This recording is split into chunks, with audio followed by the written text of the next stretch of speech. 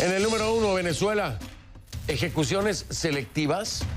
Las Fuerzas de Acción Especiales, las FAES de la policía venezolana, han cometido ejecuciones extrajudiciales y detenciones arbitrarias en comunidades de bajos recursos que dejaron de apoyar al gobierno o al régimen de Nicolás Maduro. Esto según un informe de Human Rights Watch. Además señaló que desde 2016 casi 18,000 personas murieron en situaciones de resistencia a la autoridad. En rueda de prensa, el director para las Américas de Human Rights Watch, José Miguel Vivanco, aseguró que las autoridades venezolanas cometen abusos aberrantes en comunidades de bajos recursos que han dejado de apoyar al régimen. Este es el primer tema de la noche. Profundizamos en los hechos.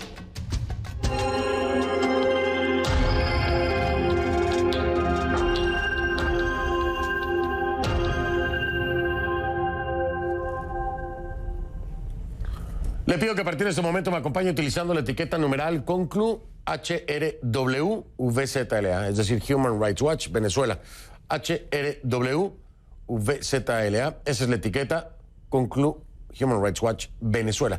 Tus comentarios, por favor, a mi cuenta en Twitter con esa etiqueta, @soyfdelrincón, esa es la cuenta en Twitter, @soyfdelrincón.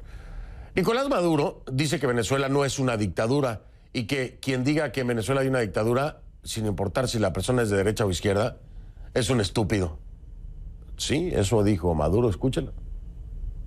Decir que Venezuela es una dictadura es una estupidez histórica. Y quien lo diga es un estúpido. A un mujica. Quien sea. El Alberto Fernández. Que no habla de dictadura, que no habla de abuso.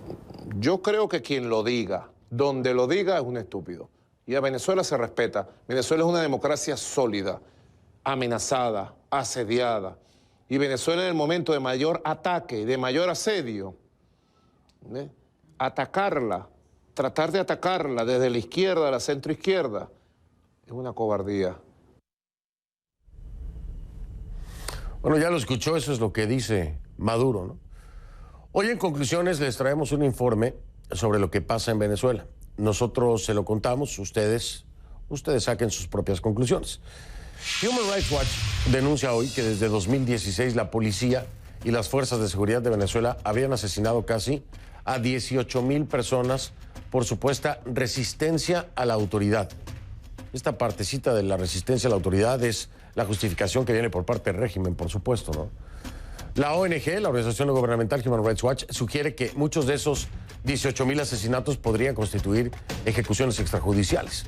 Las denuncias al respecto casi siempre llevan al mismo punto: las Fuerzas de Acciones Especiales de la Policía, las FAES, conocidas popularmente como el Escuadrón de la Muerte, por algo será, ¿no? Las FAES, según Human Rights Watch, estarían llevando a cabo ejecuciones extrajudiciales y arrestos arbitrarios, pero escuche esto, en comunidades pobres, mayormente, donde el régimen de Maduro habría perdido el apoyo.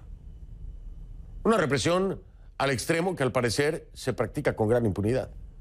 Human Rights Watch documentó 20 casos con nombre y apellido. Los relatos obtenidos son todos muy parecidos, un modus operandi que se repite. Agentes de las FAES presuntamente disparan a personas en situaciones en las que tal uso de la fuerza era innecesario. En los 20 casos documentados, los supuestos agentes vestían los clásicos uniformes negros de la unidad, a veces también máscaras. Utilizaron camionetas sin matrícula para desplazarse e irrumpieron en casas de bajos recursos, de las que suelen sacar a los familiares de las casas, obviamente, para entonces cometer las presuntas ejecuciones extrajudiciales.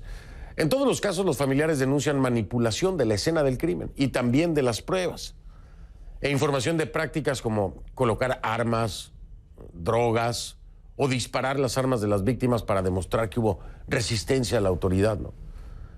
En uno de los casos, los agentes habrían aplicado descargas eléctricas a un detenido para luego taparle la cabeza con una bolsa de plástico previamente rociada con una sustancia química que causaba picazón e hinchazón.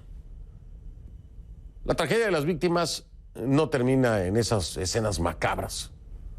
Los familiares también dicen tener dificultades para después obtener los cuerpos, informes de las autopsias, certificados de defunción.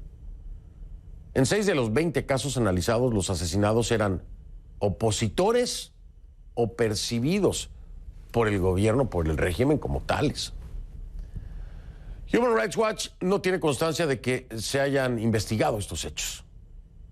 Las autoridades venezolanas dijeron a la ONG que 5 agentes de las FAES fueron condenados por cargos que incluyen el asesinato por crímenes cometidos en 2018 y 388 son investigados por crímenes ocurridos entre 2017 y 2019.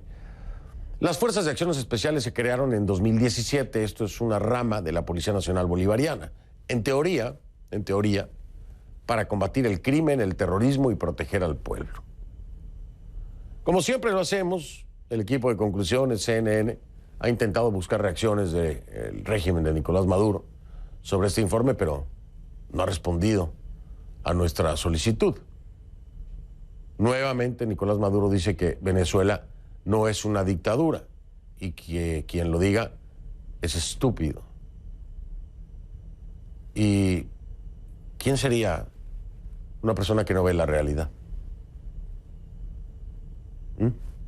Habría que preguntarle a Maduro, pero como ni siquiera nos deja tener señal en Venezuela. Pero algún día se lo preguntaré. Vamos como invitado esta noche. Es uno de los protagonistas.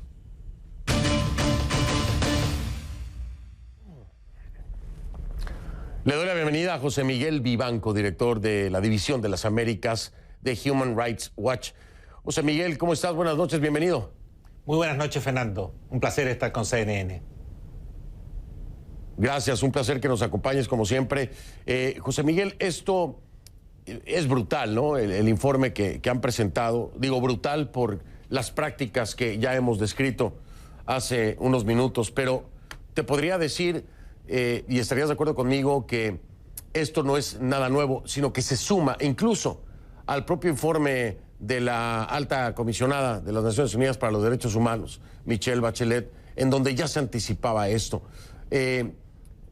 Dime algo, José Miguel, ¿cómo es posible que con tanta evidencia hoy una Corte Penal Internacional no tenga dictámenes de ninguna forma? Porque todo esto es parte precisamente de eso que se ha llevado a la Corte Penal Internacional. Fernando, la falta de noticias proveniente de la Fiscalía de la Corte Penal Internacional, la verdad es que no tengo una explicación para ello. De cualquier manera, déjame hacerte una acotación. En el informe de Michelle Bachelet, que es un buen informe, es un informe sólido, en ese informe ella logra obtener información oficial del régimen dictatorial de Venezuela, según el cual se habrían producido casi 7.000 casos entre el 2018 y lo que va del 2019, en realidad hasta mayo del 2019, de supuestas enfrentamientos o hechos de resistencia a la autoridad, donde en hechos violentos resultaron muertos casi 7.000 casos.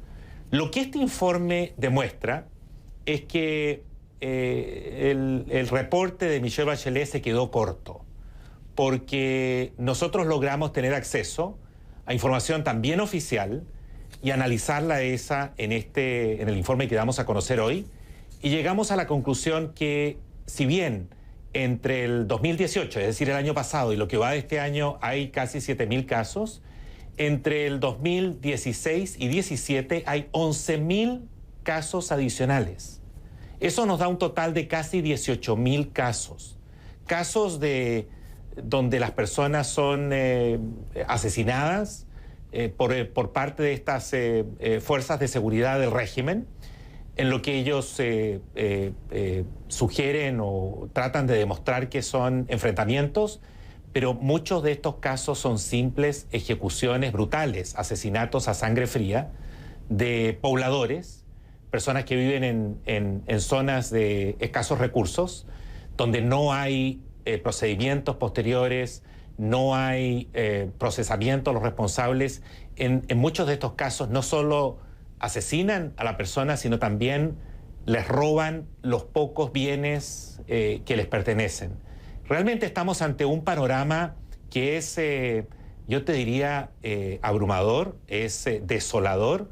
Nunca pensamos que podíamos llegar a una cifra de casi 18.000 muertes que no están siendo investigadas, que no han sido aclaradas, donde toda la evidencia sugiere que estamos ante ejecuciones extrajudiciales en solo 3 años, los últimos 3 años.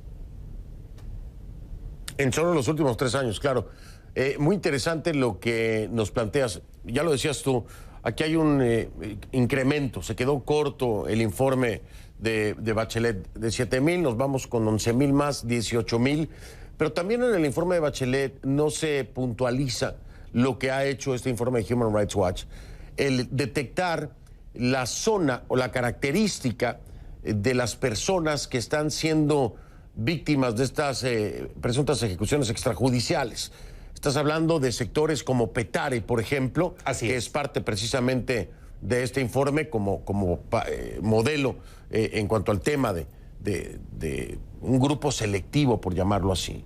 Gente de bajos recursos que habrían retirado el apoyo al régimen de Nicolás Maduro. En efecto, esto ya toma otra dimensión, José Miguel. Estarás de acuerdo conmigo que ya se trataría de ejecuciones selectivas, ¿correcto? Mira, el cuadro que nosotros hemos podido documentar sobre la base de, insisto, estadísticas oficiales y testimonios de testigos presenciales y familiares de víctimas, y además hemos podido analizar certificados de defunción, te dan, digamos, un panorama, generan un panorama de masivas atrocidades en un marco de indefensión e impunidad plena, que creemos que debe ser más que suficiente para que el Consejo de Derechos Humanos de Naciones Unidas, que está reunido esta semana en Ginebra, pueda crear un comité de expertos independientes cuya misión debe ser, y con ello respondo a la pregunta que me formulas, identificar con nombre y apellido a los responsables, tanto civiles como militares, de este tipo de prácticas. ¿Para qué? Para que ese informe con estos nombres concretos sea compartido con la Fiscalía de la Corte Penal Internacional, que hasta ahora anunció que habría una investigación preliminar, pero no tenemos mayores noticias de cuál ha sido el progreso de esa investigación. En efecto, lo último que sabemos es eso, una investigación preliminar. Ahora, ¿cómo lograr, José Miguel? Digo, ustedes lo hacen, ¿cómo? No sé cómo lo hacen, de verdad que es admirable que puedan lograr cifras oficiales y que además puedan lograr una investigación de campo. Pero ¿cómo lograr que se puedan determinar, si esta operación viene directamente desde el régimen, y estoy hablándote de los mandos, ¿no? De una protección que además les dan para que puedan actuar incluso con máscaras de forma anónima. ¿Cómo lograr en territorio venezolano una investigación en la que puedas dar incluso con nombre y apellido de aquellos que han perpetrado este tipo de crímenes? ¿Cómo poder hacerlo cuando viene la protección desde el propio régimen? José Miguel, ¿es algo factible? ¿Realmente se puede lograr? Fernando, sí se puede. Contamos nosotros con información adicional que la estamos compartiendo en este instante con la Corte Penal Internacional. Y yo te diría que todo indica que los agentes del Estado que participan en estas operaciones no lo hacen por cuenta propia. No son fuerzas insubordinadas que actúan por su cuenta desobediendo órdenes superiores. Al contrario, son fuertemente jerarquizados y obedecen a una práctica, yo te diría, oficial, de masivas violaciones a los derechos humanos para imponer el terror, especialmente en los sectores más modestos y en concreto respecto a aquellos que han abandonado el apoyo político que alguna vez le dieron al régimen de Chávez e inicialmente a Maduro. Es más, la propia alta comisionada de Derechos Humanos de Naciones Unidas, a Michelle Bachelet, le solicitó al gobierno de Maduro que disolviera la FAES. Y en lugar de ello, Maduro le ha rendido un homenaje público a esta entidad, a este organismo de seguridad del Estado, que tiene la responsabilidad mayor, no exclusiva, no la única, porque hay otras agencias de seguridad que están comprometidas en estos hechos. Sin embargo, Maduro ha tenido el descaro de defenderlos públicamente y homenajearlos, de tal modo que creo que un estudio serio sobre esta materia indudablemente que podría llegar hasta el propio Maduro a identificarlo como responsable de estos hechos. Déjame marcar una pausa para regresar a un contexto en el que cualquier informe que se presente, y lo vimos, la historia de la visita de Michelle Bachelet, la recepción y el paseo que le dieron los propios entes gubernamentales o del régimen de Maduro, con una presunta colaboración total. Cuando Bachelet entonces rinde este informe, es de inmediato descartada, vapuleada, desde las voces más notorias del régimen de Maduro.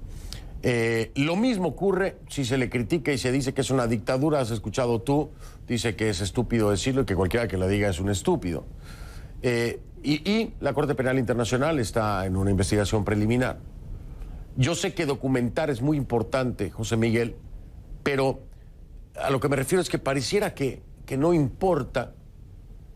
La comunidad internacional mayormente dice debe ser una solución pacífica, aunque estos crímenes atroces están registrados, asentados en este documento, asentados en el informe de Bachelet, presentados en la Corte Penal Internacional. Y aún así se piensa que a través de un diálogo se puede salir de esto, cuando también de los diálogos no se ha sacado nada. Desde tu perspectiva, José Miguel, para resumir, la cantidad de informes que se hacen para llevar un registro histórico, porque además son crímenes que no prescriben, en algún momento pueden llegar a colapsar al régimen de Nicolás Maduro. Es decir, este montón de informes que hay y de pruebas que hay, pueden en sí lograr que colapse el régimen de Maduro o no. ¿Me dices cuál es tu punto? Sé que tiene una importancia de registro histórico, legal, lo sé, pero esto por sí solo podría lograr eso, que colapsara, que saliera del poder. Me dices después de la pausa. Estoy con José Miguel Vivanco, director de la División de las Américas de Human Rights Watch, con este informe brutal que se suma al de la alta comisionada de las Naciones Unidas por los Derechos Humanos, ejecuciones extrajudiciales, pero además en zonas donde personas de bajos recursos habrían retirado su apoyo al régimen por parte de las FARC, que también los conocen ahora ya como escuadrones de la muerte.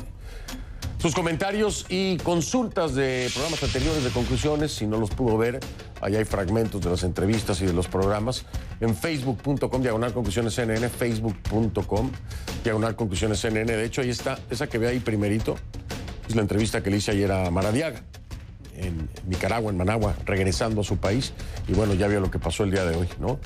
Acosado por motorizados. Presenta esta denuncia. Facebook.com/conclusionescnn. Ahí encuentra los contenidos y si se suma es bienvenido, nos va a dar mucho gusto. Es para usted esa página. Y en tiempo real leo sus comentarios en mi cuenta en Twitter, @soyfdelrincón, @soyfdelrincón. La etiqueta que estamos utilizando en este momento es numeral Conclu, HRWVZLA. Conclu, Human Rights Watch, VZLA, Venezuela. Con esta etiqueta sus comentarios, por favor. Regreso entonces con esto que... me pregunto yo, ¿son ejecuciones selectivas? A todas luces, muchos de ustedes tienen la respuesta, ¿no? Pero yo lo sigo preguntando. Las FAES, que son las Fuerzas de Acciones Especiales, habrían asesinado a 18,000 personas desde el 2016. Resistencia a la autoridad, dice el régimen. Los informes dicen otra cosa, ¿no? Y más adelante en este conclusiones también Ayotzinapa, desde cero. Los padres de los normalistas desaparecidos de los 43 se reúnen con el titular de la Fiscalía General de la República. Conecto con... Porque los venezolanos...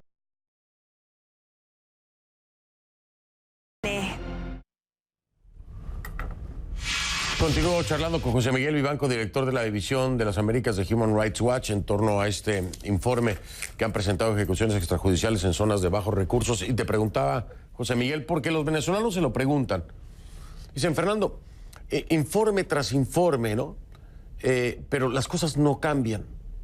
Y si uno es realista, José Miguel, hay muchos informes bien documentados, serios, con muchas pruebas, que no dejan espacio a duda. Pero ¿es este un mecanismo que pudiera tener tal repercusión que obligara a Nicolás Maduro a salir del poder, que terminar el régimen? ¿Se podría hacer? Fernando, yo creo que aquí hay que hacer alguna distinción. Una cuestión es la negociación política o las condiciones que puedan precipitar una transición hacia un sistema democrático en Venezuela. Otra cosa distinta es qué hacer frente a las masivas atrocidades que comete ese régimen con total impunidad. Yo creo que en torno a esto último, lo que hay que hacer es no solo documentar por documentar, es que al documentar estos casos, al denunciarlos y hacerlos visibles ante el mundo entero, eso creo que también contribuye a que cualquier negociación, cualquier diálogo con ese régimen debe dejar muy en claro que deberá haber justicia frente a las masivas violaciones a los derechos humanos. Hay temas que no son negociables y que deben estar siempre con toda claridad sobre la mesa. Al mismo tiempo, al documentar estos casos, tú puedes contribuir a que la situación no se vaya a degenerar, podría ocurrir, en un baño de sangre en Venezuela. ¿Y cómo lo haces eso? Denunciando lo que está ocurriendo con la mayor prontitud y con el mayor detalle posible para intentar prevenir que la situación aún se degenere mucho más de lo que ha ocurrido en Venezuela. Por último, yo creo que hay que hacer todos los esfuerzos necesarios para despertar a la Fiscalía de la Corte Penal Internacional. Aquí se han presentado hechos sin precedentes como que varias democracias latinoamericanas han presentado una denuncia con apoyo de algunos gobiernos europeos ante la Fiscalía de la Corte Penal. Y todavía no sabemos qué curso tiene esa denuncia. Por eso es que nosotros estamos proponiendo que no se haga un informe más similar al que ya realizó, que ya dije que es muy bueno, muy sólido, el de Michelle Bachelet. Aquí hay que avanzar a una etapa superior. Y esa etapa implica la de identificar a los responsables, tanto civiles como militares, y del Poder Judicial en este tipo de prácticas que son violatorias a los derechos humanos y que deberían ser de conocimiento de esa Corte Penal Internacional. Pues ojalá y eso lograra activar o acelerar el proceso en la Corte Penal Internacional, que se ha quedado en eso, en una investigación preliminar, como ya lo decía José Miguel Vivanco. José Miguel, podríamos hablar horas, pero bueno, desgraciadamente sabes cómo es el tiempo en televisión. Te quiero agradecer que me hayas acompañado y pues estamos al pendiente de una nueva charla para profundizar un poco más, ya desde otra perspectiva. Por supuesto, hoy de este informe que le agrega mucho más al fondo de las tragedias y atrocidades que se cometen en Venezuela. Muchas gracias, José Miguel. Al contrario, un placer estar con CNN esta noche, Fernando. Gracias, el placer es nuestro. José Miguel Vivanco, director de la División de las Américas de Human Rights Watch. Ponga atención.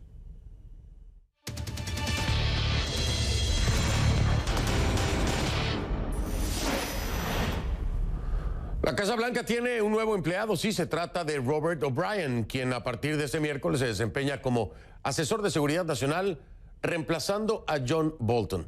Bolton estuvo en el cargo por más de 500 días y su concentración, usted lo sabe, fue Venezuela. Fue un duro crítico del régimen de Nicolás Maduro y también del régimen de Daniel Ortega en Nicaragua.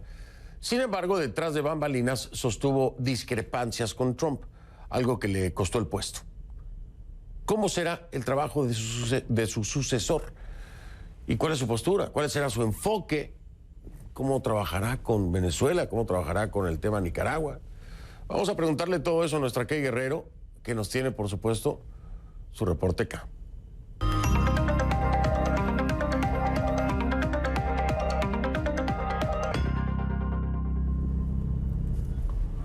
Kay, ¿cómo estás? Buenas noches, un gusto saludarte. Bueno, primero hay que entender quién es Robert O'Brien para más o menos tener una idea de por dónde ha caminado, ¿no? Y saber cuáles podrían ser las políticas pues con respecto a Venezuela y a Nicaragua, por ejemplo, ¿no? ¿Por qué lo elige Trump?